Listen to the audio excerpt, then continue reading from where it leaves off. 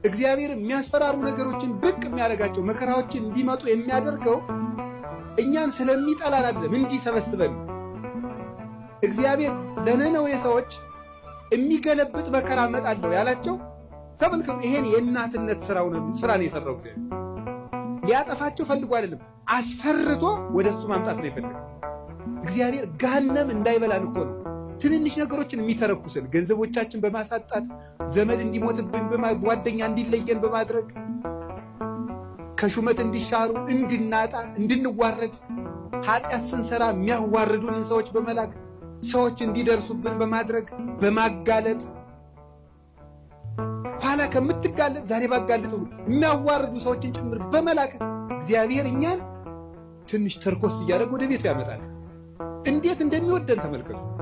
ፈተና በመጣብን ጊዜ እግዚአብሔር እንደሚወዳችሁ ተመልከቱ። እውነቴን የምነግራችሁ ጌታ ሆይ ለምንድን ነው እንዲሁ አክስቴም ሳምንት ዕለት ሞተች፣ እናቴ ደግሞ የዛሬ ወር፣ እንደገና ደግሞ የዛሬ 2 ወር ከስራ ተባረሩ፣ እንደገና ደግሞ ይሄ ቀጥሎ ተቃጠለብኝ፣ እንደዚህ አለብኝ፣ ጠልታኝ ነው ወይ እባክህን ወይም እባክሽን ልጄ ወደ ቤቴ ኑ ማለት ነው።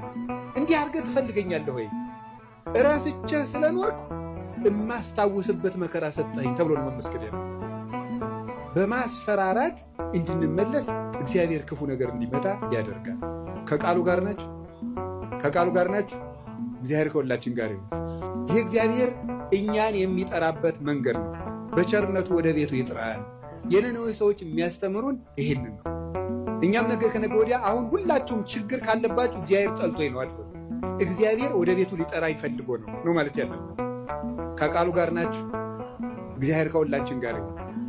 ሁለተኛው እግዚአብሔር ክፉ ነገር ሲመጣብን ለምንድን ነው ዝም የሚለው ካላችሁን፣ ለመጥራት ነው ብያችኋል። የኃጢአት ይቅርታ ለማድረግ የኃጢአት ይቅርታ ለማድረግ አንዳንዱን ሰው እግዚአብሔር በበሽታ የኃጢአት ይቅርታ ይሰጠዋል። አንዳንዱን ሰው ገንዘቡን አሳጥቶ ሰውነቱን ከመቅሰፍ ይሰውረዋል።